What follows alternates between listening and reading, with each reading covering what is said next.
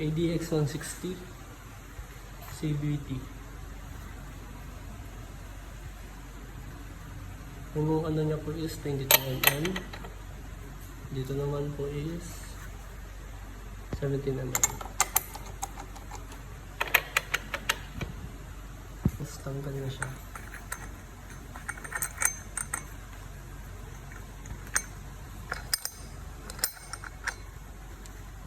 May washer siya, malaki.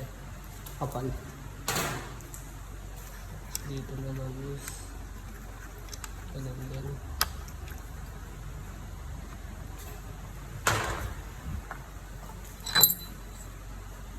Dumi yun. Ito naman yung lining.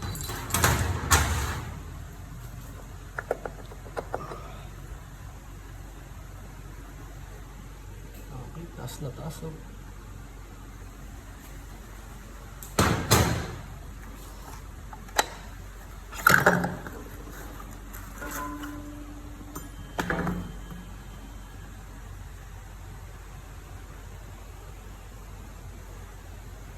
Yun lang kulang sa grasa.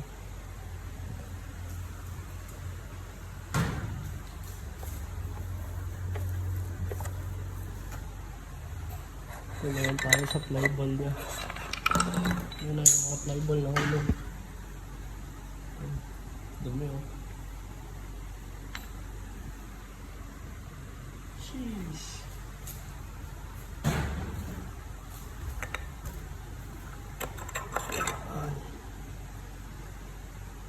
Okay man lang, konting linis lang, tsaka ligha, grasa.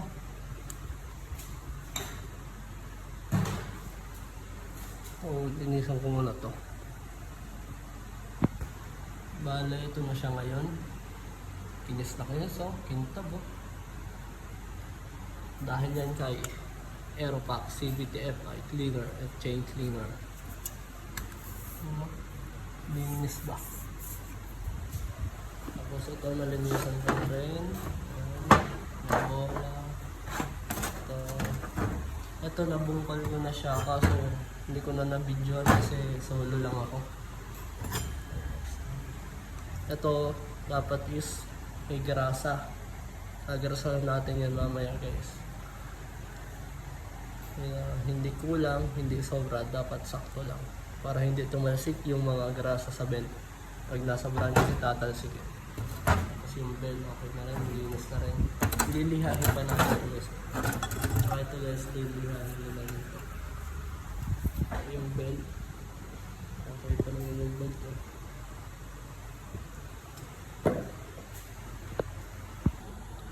Ayun guys, install na natin. Nakapit na natin yung flyball.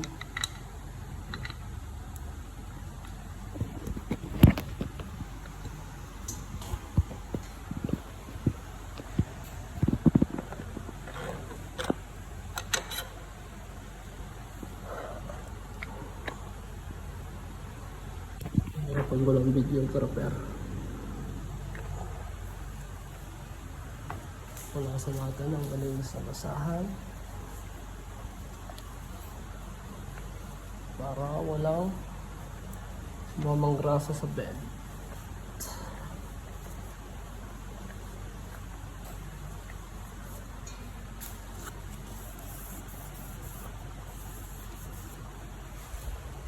Next naman, lagay natin yung bed.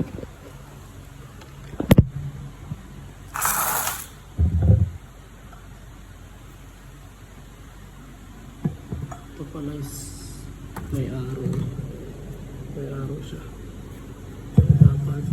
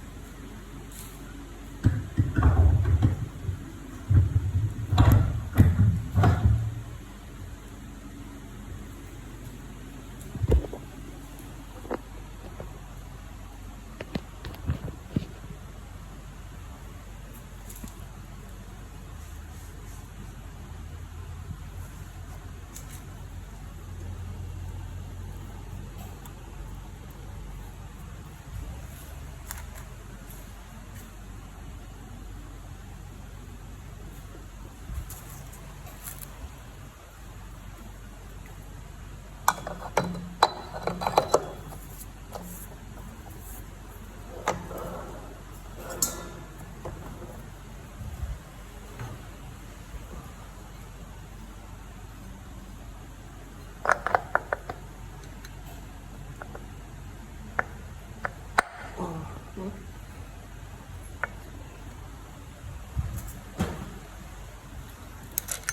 Washer, the nut.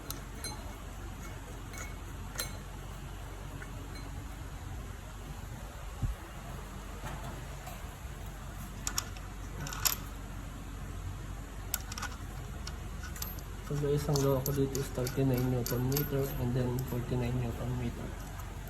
So, thank you. Thank you.